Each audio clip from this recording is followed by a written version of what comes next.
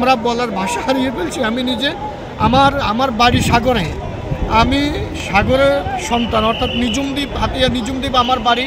সবসময় আমরা পানি ফেস করি, পানির যে লিলিহাংশিকা, পানির যে ভয়াবহতা, এটা আমরা সবসময় দেখি। কিন্তু এরকম ভয়াবহতা, পানির এরকম মানে নির্মম ভয়াবহতা আমি কখনো আমার 91 সালের যে ইয়েতে আমার জন্ম হয়েছে, 91 বন্যাতে যে ভয়াবহতার কথা আমরা শুনছি, তার থেকে বেশি পরিমাণ ভয়াবহতা এই মুহূর্তে ফেনীতে চলছে। দেখতে পাচ্ছেন আমি আছি ফেনীর ছাগলনাইয়া গোপাল ইউনিয়নে। এই মুহূর্তে আমি যে এলাকাতে আছি, যে দৃশ্যটি আপনারা দেখতে পাচ্ছেন, এটা ফেনীর মেইন রোড, অর্থাৎ ঢাকা চট্টগ্রামের মেইন সড়ক।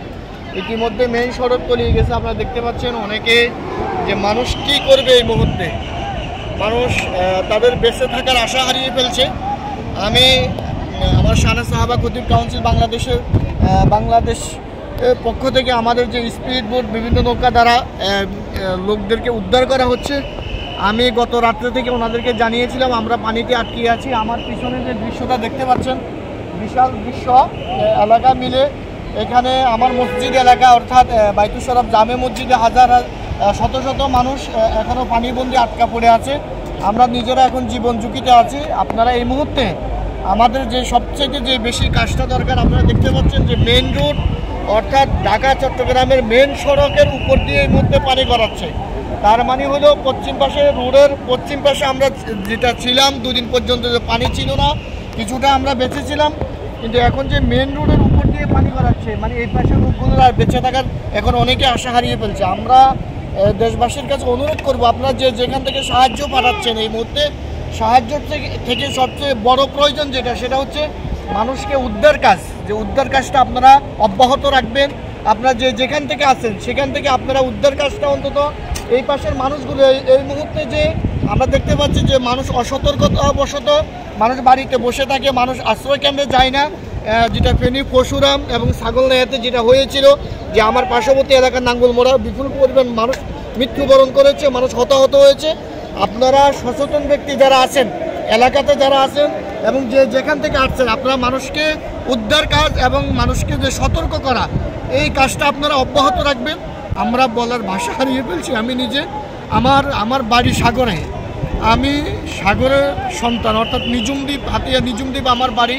সবসময় আমরা পানি ফেস করি, পানির যে লিলিহাংশিকা, পানির যে ভয়াবহতা, এটা আমরা সবসময় দেখি। কিন্তু এরকম ভয়াবহতা, পানির এরকম মানে নির্মম ভয়াবহতা আমি কখনো আমার 91 সালের যে ইয়েতে আমার জন্ম হয়েছে, 91 বন্যাতে যে ভয়াবহতার কথা আমরা শুনছি, তার থেকে বেশি পরিমাণ ভয়াবহতা এই মুহূর্তে ফেনীতে চলছে।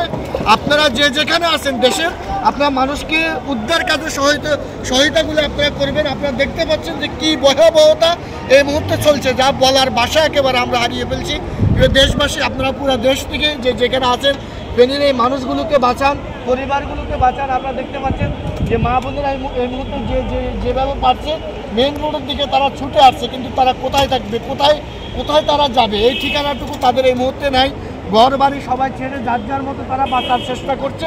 আপনারা যেখান থেকে আছেন, আপনাদের উদ্ধার কাজটা আপনারা এই মুহূর্তে অব্যাহত রাখুন। আমাদের জন্য দোয়া করুন। আমরা একেবারে মৃত্যুমুখে আছি এই মুহূর্তে, বললে চলে, মৃত্যুমুখে আছি। আমরা যদি মারাও যাই আমাদেরকে ক্ষমা করে দিবেন। আমরা এই মুহূর্তে আর বলার কোনো ভাষা পাচ্ছি না। আমাদের জন্য সকলে দোয়া করবেন এবং উদ্ধারের কাজটা আপনারা অব্যাহত রাখবেন। আমি যেখানে আছি এই মুহূর্তে, আমার পিছনে বিস্তার জায়গা, যেখানে পানি এই মুহূর্তে মেন রোডের যে মেন রোড ক্রস করে, অর্থাৎ মেন রোড পার হয়ে পানি এই মুহূর্তে এদিকে যাচ্ছে। তার মানে এই মানুষগুলো এখন যাওয়ার আর কোনো উপায় নেই, তাদের আর কোনো সড়ক বা তারা যে কোথাও যাবে এই আশ্রয়টুকু তাদের নাই। এটা আপনারা দিবেন, আপনাদের কাছে এই কামনা করছি। দেশবাসীর কাছে আমি করজোরে অনুরোধ করছি, আপনারা অন্তত ফেনীর মানুষগুলোকে বাঁচান এবং উদ্ধার কাজের এই সহযোগিতাটুকু আপনারা করেন। আপনাদের কাছে বিনীতভাবে অনুরোধ করছি, মানুষকে বাঁচানোর এই চেষ্টাটুকু আপনারা অব্যাহত রাখেন। আসসালামু আলাইকুম ওয়া রাহমাতুল্লাহ।